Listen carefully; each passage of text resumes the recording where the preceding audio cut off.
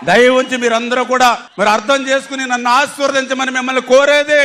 నన్ను మరొకసారి గెలిపించమని నన్ను కోరేది, నా ఆస్తులు పెంచుకోవడం కోసమో, నా అంతస్తులు పెంచుకోవడం కోసమో, నా కుటుంబం కోసమో మిమ్మల్ని అడగట్లా. 10% ఏదైతే మిగిలిపోయినటువంటి టిట్కో ఇళ్లు పూర్తి చేసి ఆ మహిళలను ఆ టిట్కో ఇళ్లలోకి పంపించాలని, ఏదైతే ప్రభుత్వ ఆసుపత్రి 12,60,00,000 నిధులు మంజూరు చేస్తే 5 సంవత్సరాల్లో దాన్ని ప్రారంభించలేనిటువంటి ఆసుపత్రిని ప్రారంభించాలని, మరి ఏదైతే విద్యాశ్రీ నుంచి డైరెక్ట్ గా పైప్ లైన్ ద్వారా పాలకొల్లుకి మంచినీళ్లు తీసుకొచ్చి ఈవేళ పట్టణంలోను గ్రామాల్లోనూ సురక్షితమైనటువంటి త్రాగునీరు మీకు అందరికీ అందించాలని, దమాయిపత్తి ట్రైన్ ప్రక్షాళన చేయాలని, డంపింగ్ యార్డుని ఒక పార్కు మాదిరిగా తీర్చిదిద్దాలని, ప్రతి రైతుకు కూడా అన్నదాతకి